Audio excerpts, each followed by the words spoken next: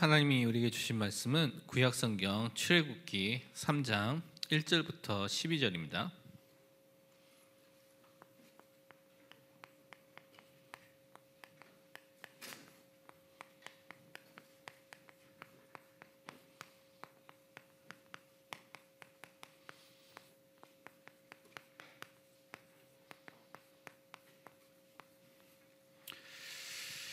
우리 구약성경 출애굽기 3장 1절부터 우리 12절 말씀을 우리 다 같이 함께 읽도록 하겠습니다.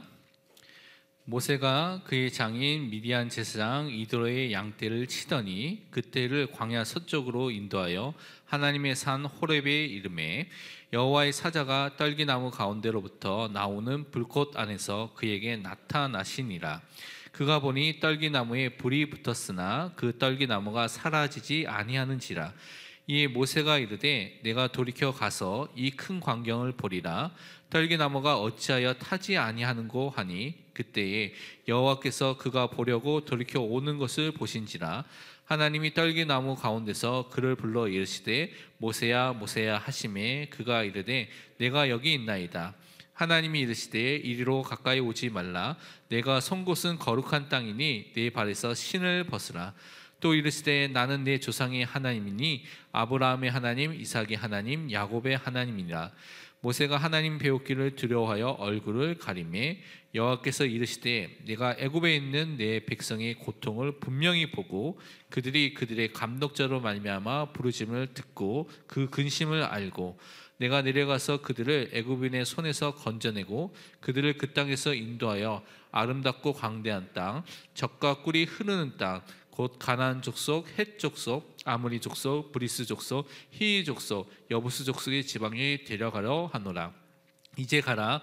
이스라엘 자손의 부르짖음이 내게 달하고 애굽 사람이 그들을 괴롭히는 학대도 내가 보았으니 이제 내가 너를 바로에게 보내어 너에게 내 백성 이스라엘 자손을 애굽에서 인도하여 내게 하리라. 모세가 하나님께 아뢰되 내가 누구이기에 바로에게 가며 이스라엘 자손을 애굽에서 인도하여 내리이까. 하나님이 이르시되 내가 반드시 너와 함께 있으리라. 내가 그 백성을 애굽에서 인도하여 낸 후에 너희가 이 산에서 하나님을 섬기리니 이것이 내가 너를 보낸 증거니라. 아멘. 오늘 출애굽기 3장 1절에서 12절 통화에서 모세를 부르신 목적이라는 부분으로 좀 우리가 말씀을 확인하고 또 붙잡고 승리해야 되겠습니다. 먼저 우리 서론으로 우리가 좀 생각해야 될 것이 하나님께서 왜 이스라엘 백성을 때로는 포로로, 속국으로, 오늘 말씀같이 노예로 왜 그들을 그 현장에 보내셨는지에 대한 부분에 우리가 질문과 답을 좀 찾아야 되겠습니다. 또 다르게 우리가 질문한다면 왜 나에게 우리 가정에 우리 교회에 이런 어려움들, 이런 갈등들, 이런 위기들, 이런 사건 문제들을 하나님이 안 줄 수 있는데 왜 허락하셨는가? 라는 부분에 대한 부분을 우리 답을 찾는 또한 중요한 시간이 되어야 되겠습니다. 그래서 중요한 것은 여러분에게 있는 모든 것, 또 이스라엘 백성이 그런 상황을 갖고 하나님께 질문하는 것이 중요합니다. 그리고 그 답을 사람에게서나 아니면 여러분 자신의 경험과 능력과 지혜에서 구하는 것이 아니라 하나님의 답을 찾는 것이니 그것을 말씀 안에서, 말씀 속에서 여러분이 그 답을 찾는 것이 너무나 중요합니다. 그래야지만 하나님이 원하시는 그 이유와 또 하나님의 뜻과 계획을 여러분이 발견할 수 있기 때문에 그렇습니다. 하나님께서는 이 모든 것을 왜 허락하시고 허용하셨느냐? 우리가 이 시대에 하나님께 주신 중요한 복음이 있는데요, 이 복음을 놓쳐버렸습니다. 복음에 우리 마음이 담겨져 있지 않고 다른 것에 우리 마음, 다른 것에 우리 눈이 향하고 있기 때문에 하나님께서 문제라는 것을 통해서, 어려움을 통하여서 우리에게 고통을 주시면서 뭐를 하고 가시냐면 먼저 우리 자신이 복음을 회복하는 그 은혜 속으로 우리를 부르신 것입니다. 그리고 우리가 복음이 회복되어야지만 어떻게 합니까? 이 회복된 복음을 온 세상에 다른 사람에게 증거할 수가 있습니다. 그래서 세상에서 그 복음을 증거할 전도자로 살도록 우리에게 때로는 이런 포로와 속국과 노예 같은 그런 어려움과 문제가 올 수 있는 것입니다. 그래서 그것을 이런 자세히 보고 알고 언약으로 먼저 붙잡아야 되겠습니다. 하나님께서 원래 만드셨을 때 인간은 어떤 존재였습니까? 창세기 1장 28절에는 분명히 이렇게 말씀하고 있습니다. 우리 잘 알지만 우리 다시 한번 같이 읽어보도록 하겠습니다. 하나님이 그들에게 복을 주시며 하나님이 그들에게 이르시되 생육하고 번성하여 땅에 충만하라. 땅을 정복하라. 바다의 물고기와 하늘의 새와 땅에 움직이는 모든 생물을 다스리라 하시니라. 하나님께서 원래 만드신 인간, 하나님의 형상을 가진 존재로서 영혼이 있는 존재, 선지자, 제사장, 왕으로서 하나님의 말씀을 받고 하나님의 말씀을 증거하고 예배를 드리고 에덴 동산을 관리하고 땅을 정복하고 다스릴 수밖에 없는 그런 축복된 존재로 우리를 만드셨습니다. 그러니까 원래 인간은 이 축복 속에서 누리는 인생으로 우리를 원래 만드신 것이죠. 그래서 이런 문화 정복의 그 명령 속에서 우리 모든 세상을 또 정복하고 다스려야 되는데 인간이 타락, 죄로 인하여서 하나님 떠나고 사탄의 종이 돼 버린 순간부터 자신만을 위해서 사는 사람으로 바뀌게 된 것이고요. 이 복음을 위해서 사는 존재가 아니라 자신만을 위해서 계속 살아가는 죄성에 따라서 살아가는 인생이 되었기 때문에 하나님께서 때로는 이런 문제와 사건과 어려움을 통해서 우리를 회복시키는 일들을 계속 하는 것입니다. 복음을 회복하도록. 그래서 하나님께서 부르신 사람들을 보면 창세기 12장 3절에 아브라함을 부르면서 이렇게 말씀하신 장면이 있습니다. 너를 축복하는 자에게는 내가 복을 내리고 너를 저주하는 자에게 내가 저주하리니 땅의 모든 족속이 너로 말미암아 복을 얻을 것이나 하신지라. 이 아브라함 한 사람, 이 한 가정을 통하여 하나님께서 뭘 약속하셨냐? 땅의 모든 족속이 너로 말미암아 복을 얻을 것이라. 복음 가진 우리를 통하여서 모든 사람이 살아나고 복을 받도록 하는 것이 하나님의 계획입니다. 그런데 우리가 그 일에 관심을 듣고 복음을 집중하고 복음을 누리면서 그 일을 해야 되는데 그것이 아니라 다른 데에 관심을 두고 다른 데에 삶을 살고 있기 때문에 이런 포로과 속국과 노예 생활을 통해서 복음을 회복하고 세상에 그 복음을 증거하도록 하나님께서 지금 일들을 하고 계신 것이죠. 그래서 오늘 읽었던 출애굽기 2장이 출애굽기 그 내용이 바로 그런 배경 속에서 왔다고 여러분이 보시면 되겠습니다. 그러면 현장 살리는 전도자로 우리를 부르신 것이 분명히 맞는데 오늘 모세를 통하여서 우리를 부르신 그 목적도 여러분이 모세의 그런 삶을 쭉 살펴보면서 확인하고 또 언약으로 우리도 붙잡아야 되겠습니다. 첫 번째 무엇을 생각했냐면 하나님께서 이 모세를 어떻게 하셨느냐? 준비시키고 키우신 분이 누구냐? 하나님입니다. 모세를 준비하시고요. 모세를 키우신 분이 누구냐? 하나님이라고 오늘 성경은 말하고 있습니다. 다른 말로 하나님께서 여러분을 나 자신을 준비하셨고요. 이 세계 복음을 위해서 여러분을 지금도 인도하고 계심을 믿는 그 믿음을 우리는 확신해야 되겠습니다. 이 모세는요 하나님의 말씀을 보니까 레위 족속, 레위 남자와 레위 여자가 만나서 결혼하게 되면서 태어난 사람이 이 모세인 것을 우리가 잘 알고 있습니다. 그것이 출애굽기 2장 1절에 나오고 있는 것이죠. 그래서 하나님의 언약 속에 나중에는 이 레위를 통하여서 또 모세의 가문 특히 형인 아론을 통해서 제사장이 세워지는 응답을 주셨죠. 그래서 하나님의 언약과 피제사의 그 축복을 누리는 그 가문과 가정을 세워주신 것을 알고 있는데 하나님께서 이렇게 가정을 언약을 전달할 가정을 준비하시고 모세를 태어나도록 하나님께서 인도하셨다는 것을 볼 필요가 있습니다. 그래서 하나님께서 분명히 우리 삶 속에 이런 가정을 준비하셨 그런 하나님의 계획이 있었다는 것을 우리가 볼 필요가 있죠. 그리고 이 당시에는 애굽의 노예이기 때문에 그 바로 왕이 이스라엘 백성 남자들이 너무 많은 것을 보고 죽이라고 명령을 했습니다. 근데 하나님을 경외하는 하나님을 믿는 산파들, 아기 넘는 것을 돕는 그때는 지금과 같이 산부인과 의사들이 있지 않고요. 아기를 낳는 것을 도와주는 아주머니들, 할머니 같은 산파들이 있으면 도와주는 도우미들이 있었습니다. 그 산파라고 말하는데 그런 사람들이 하나님을 경외했기 때문에 애굽의 바로의 말을 듣지 않고 그리고 그 이스라엘 남자아이들이 태어나면 그들의 생명을 보존하는 일을 함께 동참했던 것을 볼 수가 있습니다. 그래서 출애굽기 1장 20절에서 21절에 이렇게 기록되어 있습니다. 하나님이 그 산파들에게 은혜를 베푸시니 그 백성은 번성하고 매우 강해지니라. 그 산파들은 하나님을 경외하였으므로 하나님이 그들의 집안을 흥왕하게 하신지라. 이스라엘 남자들을 죽이지 않고 계속 더 많아지니까요, 바로 왕이 이제는 모든 태어난 남자들 그냥 다 나일강에 다 던지고 다 죽여라 라고 또 명령을 내린 것이죠. 이러한 배경 속에서 이제 하나님께서 태어나게 하신 존재가 누구냐? 바로 모세입니다. 그러니까 모세가 태어난 환경은 사실은 가장 열악한 환경, 어쩌면 죽을 수밖에 없는 그런 환경에서 그가 태어나게 된 것이죠. 그런데 그것이 다 하나님께서 허용하시고 그를 세우기 위한 하나님의 중요한 계획이 그 속에 다 담겨져 있었던 것입니다. 그래서 하나님은 그 어머니가 그 모세를 숨기다가 너무 아기가 이제 점점 커지면 또 아기가 커지면서 목소리가 더 커지거든요. 그러니까 더 이상 숨길 수 없기 때문에 갈대 상자를 만들어서 갈대 숲 속에 숨겨서 이제 아이를 딱 떠는 이렇게 한 것을 우리가 알고 있죠. 근데 그때 바로의 공주가 거기에 목욕을 하러 오다가 그 강제를 발견하고 상자를 통한 모세를 발견하겠습니다. 그래서 하나님께서는 이 공주의 마음을 하나님께서 움직여서 하나님께서 그 모세를 양자로 입양할 수 있는 모든 것들을 또 하나님께서 준비하신 것입니다. 그것이 출애굽기 2장 5절에서 6절에 이렇게 기록되어 있습니다. 보면 이렇게 되어 있습니다. 바로의 딸이 목욕하러 나일강으로 내려오고 시녀들은 나일 강가를 거닐 때에 그가 갈대 사이에 상자를 보고 시녀를 보내어 가져다가 열고 그 아기를 보니 아기가 우는지라 그가 그를 불쌍히 여겨 이르되 이는 히브리 사람의 아기로다.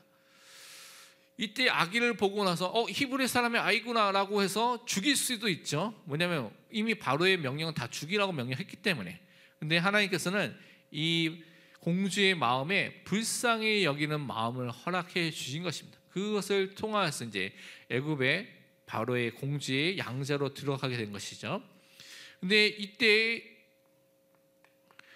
모세의 누이가 이 현장에 있으면서 아기를 계속 어떻게 되는지 보고 있었겠죠. 그래서 그 현장을 보고 와서 그 유모를 구하지 않냐. 그래서 유모를 소개시켜 주겠다라고 하면서 이제 바로의 공주에게 모세의 어머니가 유모가 돼가지고요 그를 키우게 된 장면을 우리가 알고 있습니다.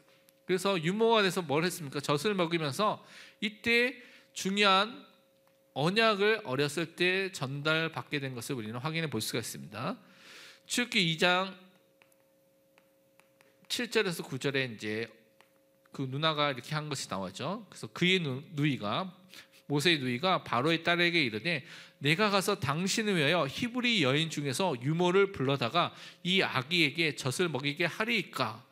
바로의 딸이 그에게 이르되 가라 하매 그 소녀가 가서 그 아기의 어머니를 불러오니 바로의 딸이 그에게 이르되 이 아기를 데려다가 나를 위하여 젖을 먹이라. 내가 그 삭슬 주리라. 여인이 아기를 데려다가 젖을 먹이더니. 그러니까 하나님께서 모든 이런 과정을 다 준비하셔서 그러니까 안전하게 어머니 밑에서 모세가 자라도록 다 준비하셨고요.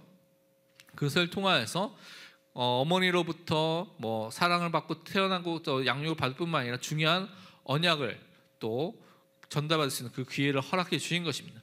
그리고 하나님께서는 때가 되니까 그 모세를 다른 것이 아니라 바로의 왕궁에서 교육을 받도록 이제 들어가게 만들어서 거기서 교육을 받고 애굽의 그런 중요한 내용들과 그 지도자의 내용들을 받게 된 것이죠. 엘리트로 준비된 것을 볼 수가 있습니다. 그래서 출애굽기 2장 10절이 이제 그 부분을 설명하고 있습니다. 그 부분을 보면 이렇게 돼 있죠. 그 아기가 자라매 그 모세죠. 바로의 딸에게로 데려가니 그가 그의 아들이 되니라. 그가 그의 이름을 모세라 하여 이르되 이는 내가 그를 물에서 건져내었습니다.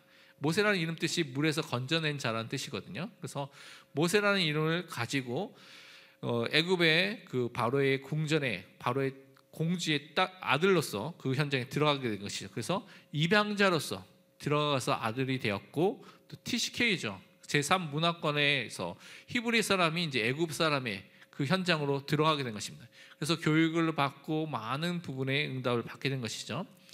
이 모든 것 속에서 하나님의 섭리가 있습니다. 보존하시고 다스리시고 인도하시고 통치하시는 그 계획이 있는 것이죠. 애굽의 왕궁으로 들어가서 그를 준비하고자 하는 하나님의 뜻이 이루어지고 그를 보존하신 것들 모두 있는 것을 볼 수가 있습니다. 그래서 우리의 삶 속에 이와 같이 하나님께서 여러분 삶의 인생에 많은 그런 만남들 또 사건들이 있었는데요, 그 모든 것을 통하여서 여러분을 중요한 하나님의 복음의 사람을 세우기 위해서 하나님 그 모든 것들을 허락하시고 여러분을 그렇게 인도하신 것입니다.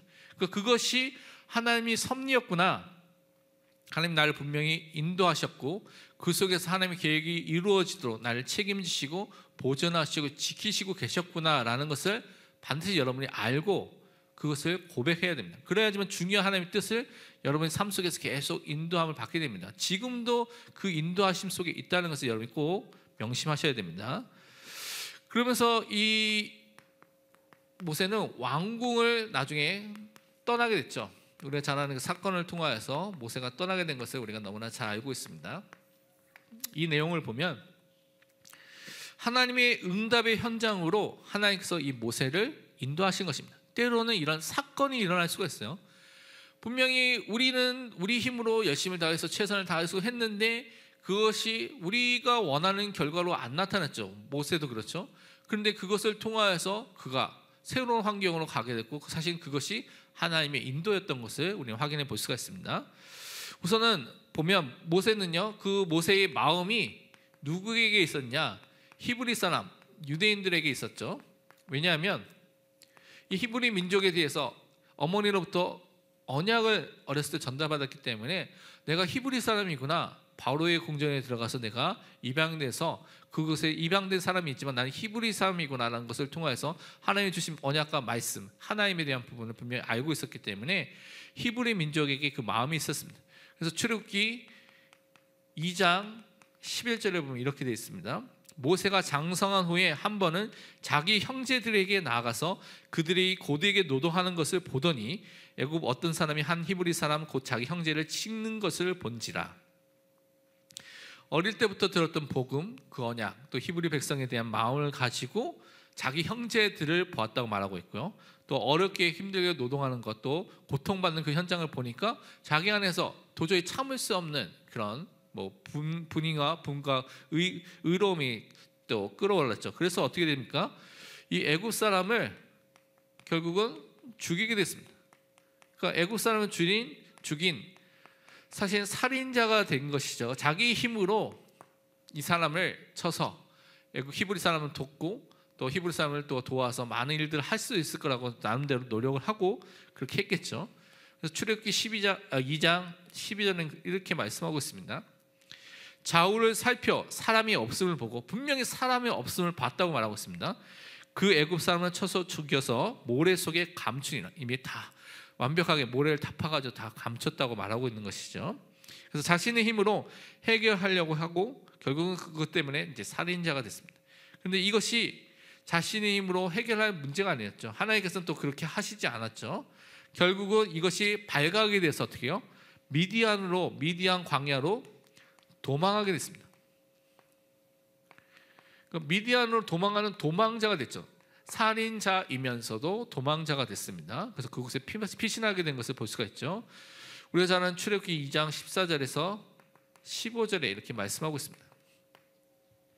그가 이르되 누가 너를 우리를 다스린 자와 재판관으로 삼았느냐. 이제 유대인이 다시 와서 유대인끼리 싸우니까 이 모세가 와서 하지 말라고 하니까 유대인들 히브리 사람들이 네가 뭐냐, 네가 우리 재판관이냐 말하면서 내가 애굽 사람을 죽인 것처럼 나도 죽이려냐. 모세가 두려워하여 이르되 일이 탈로 되었도다. 바로가 이 일을 듣고 모세를 죽이고자 하여 찾는지라. 모세가 바로의 낯을 피하여 미디안 땅에 머물며 하루는 우물 곁에 앉았더라. 이 바로가 굉장히 모세에 대해서 안 좋게 생각했나 봐요. 그렇죠? 그래서 소식을 듣자마자 어떻게요? 모세를 죽여야겠다. 죽일 이렇게 건수를 찾고 있었는데 딱 찾으니까 죽이려고 해서 모세가 곧바로 도망을 가게 된 것이죠. 이때 나이가 몇 세였습니까? 40세였습니다.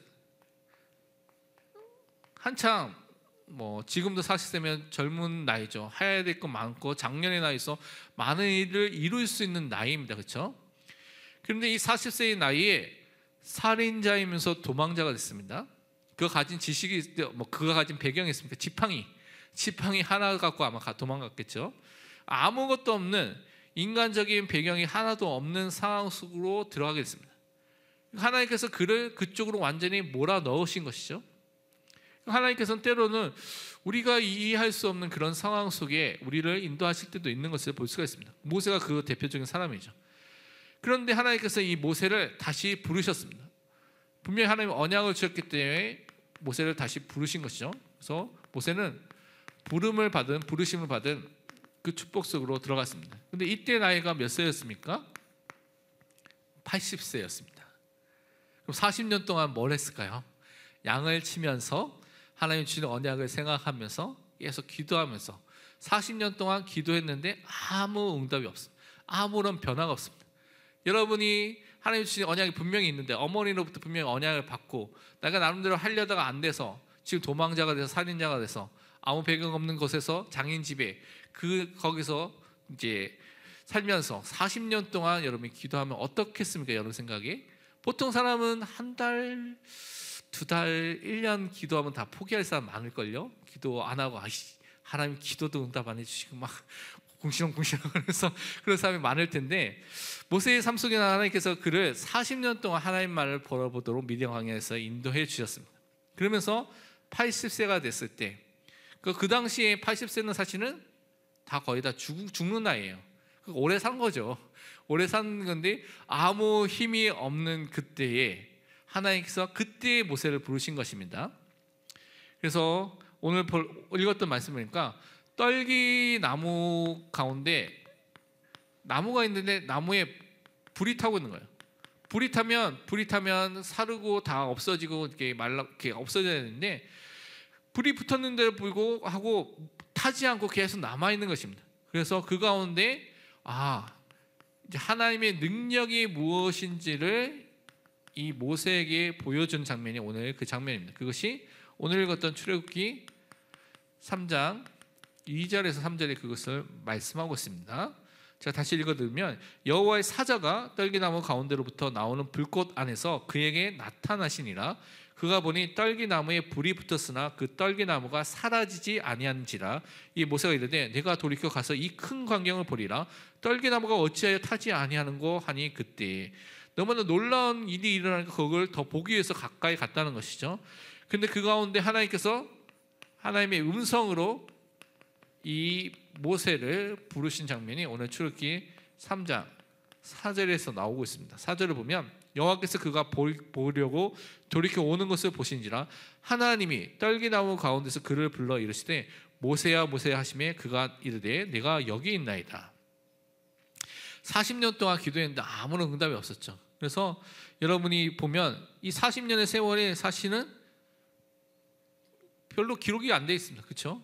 그런데 하나님께서 갑자기 30년 만에 찾아와서 하나님의 음성을 통해서 그를 찾아오셔서 그에게 말씀을 하시기 시작하신 것입니다. 그러니까 분명한 하나님의 때, 하나님의 시간표가 있다는 것이죠. 그러면서 모세에게 뭘 하냐면 오늘 출애굽기 3장 5절에 하나님이 이르시되 이리로 가까이 오지 말라. 내가 선 곳은 거룩한 땅이니 내 발에서 신을 벗으라. 신발을 벗으라고 했죠. 이것은 이제 하나님이 계신 곳이 거룩한 땅, 구별된 땅. 하나님 우리의 창조도 되시고 우리의 아버지 되신 그 분이기 때문에 우리는 그 창조도 되신 하나님의 그분을 섬기는 종으로서 하나님의 자녀로서 하나님의 백성으로 살기 때문에 신을 벗으라고 했습니다. 종들이 그때 신을 벗고 다녔기 때문에 그렇게 신을 벗으라고 했죠. 그래서 하나님 앞에 완전히 엎드려서 하나님께 하나님의 말씀을 받게 되는 그 장면이 있게 오늘 그 말씀에 나오고 있습니다. 그러면서 하나님의 계획과 하나님께서 모세를 통해서 이루실 사명이 무엇인지를 말씀해 주신 장면이 나오고 있습니다. 그래서 그것을 모세가 듣게 되는데 출애굽기 3장 8절에서 10절에서는 이렇게 먼저 설명하고 있죠. 내가 내려가서 그들을 애굽의 손에서 건져내고 그들을 그 땅에서 인도하여 아름답고 광대한 땅, 젖과 꿀이 흐르는 땅, 곧 가나안 족속, 헷 족속, 아모리 족속, 브리스 족속, 히위 족속, 여부스 족속의 지방에 데려가러 하노라. 가나안 땅이죠. 이제 가라. 이스라엘 자손의 부르심이 내게 달하고 애굽 사람이 그들을 괴롭히는 학대도 내가 보았으니 이제 내가 너를 보내어 바로에게 보내어 너에게 내 백성 이스라엘 자손을 애굽에서 인도하여 내게 하리라. 하나님이 계획을 모세에게 말했는데 뭐라고 말했냐면 내가 데려가서 그 백성들을 가나안 땅으로 데려가겠다. 하나님의 약속의 땅, 메시아가 올 땅으로 그들을 다시 인도하겠다라고 말씀해 주셨죠. 그러면서 이렇게 말씀하면서 9절에 10절에 이제 모세에게 또 이상한 말을 하는 거죠. 그런데 하나님 내려가서 하겠다는데 이제 가라, 네가 가라. 하나님께서 이제 사명을 준 거죠. 내가 이렇게 하니까 너가 가라라고 말씀하시는 것이죠. 그래서 내가 다 보았는데 내가 너를 보내니까 네가 가서 그 앞에서 애굽 사람을 이 땅으로 인도해내라. 이 말을 들었을 때 이 모세의 마음이 생각이 어땠습니까?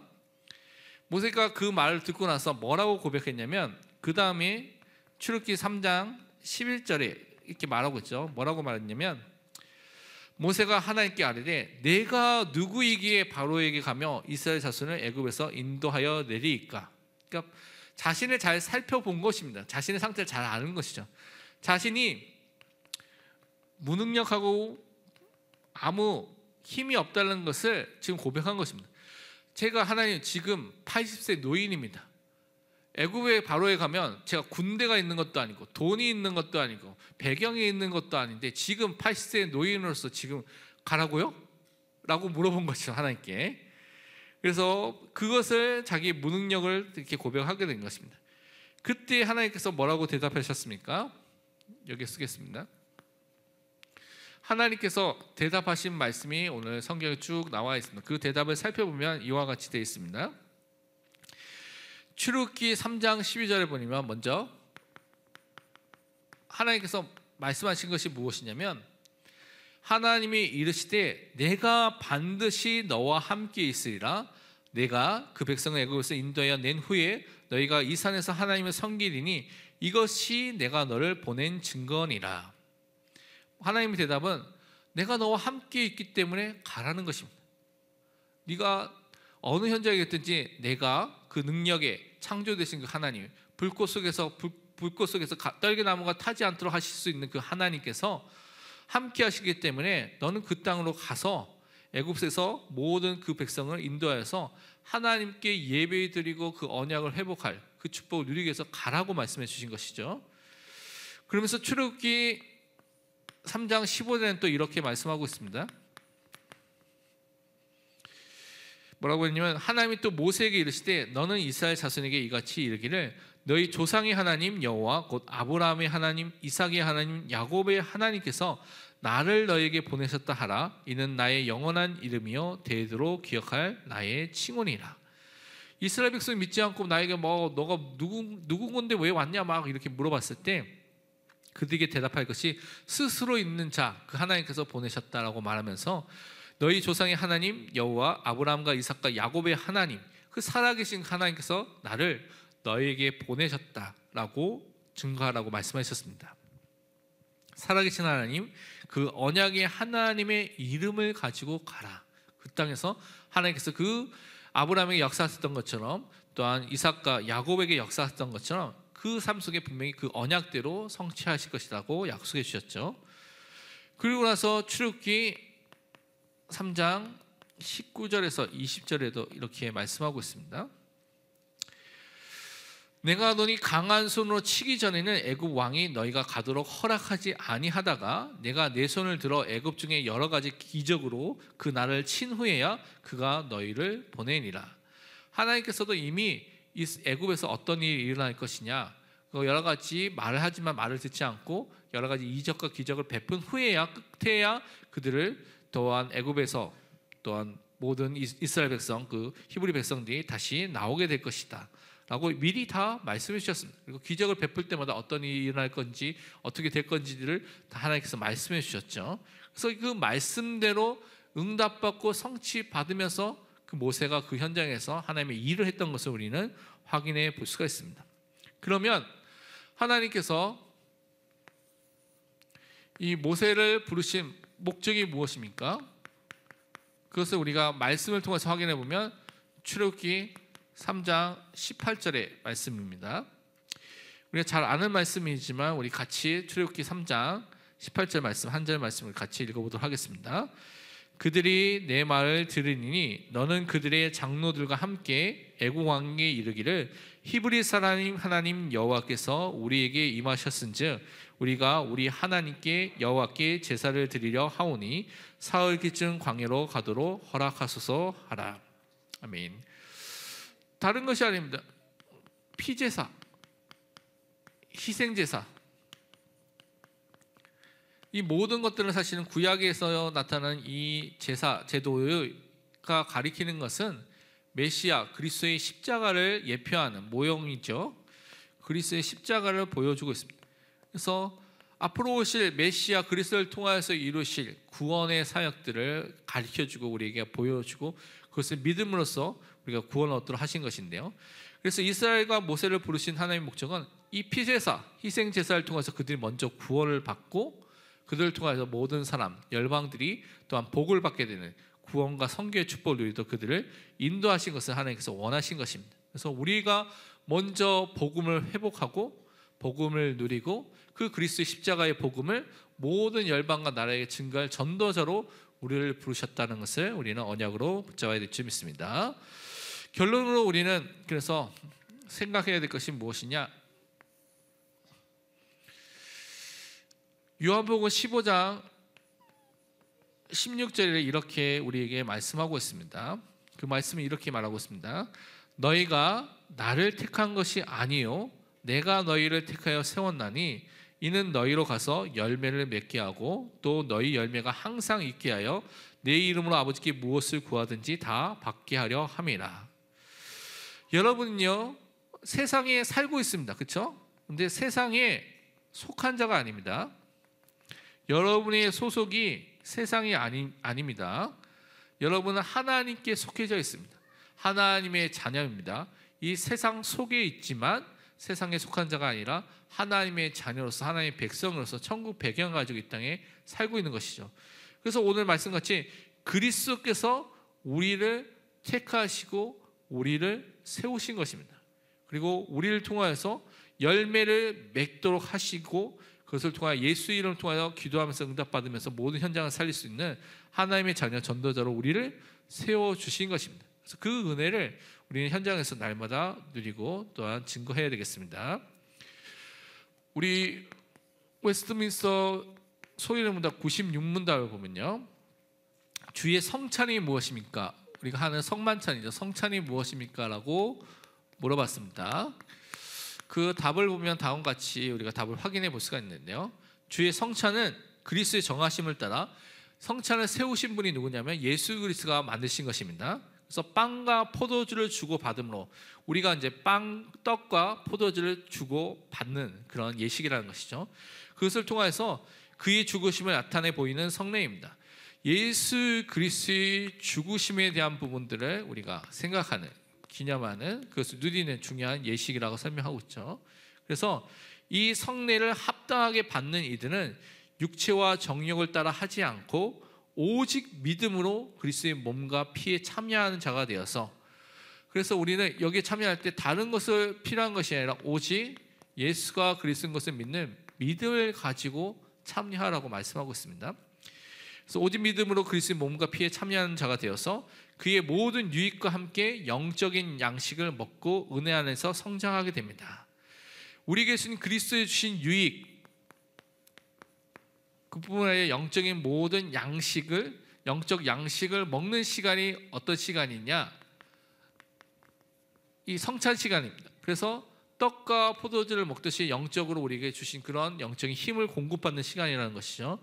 그래서 그 은혜 안에서 어떻게 됩니까? 우리가 성장하게 되는, 더욱더 믿음이 굳건해지고요 자라게 되는 중요한 응답을 더 주시는 것이 성찬이다라고 설명하고 있습니다.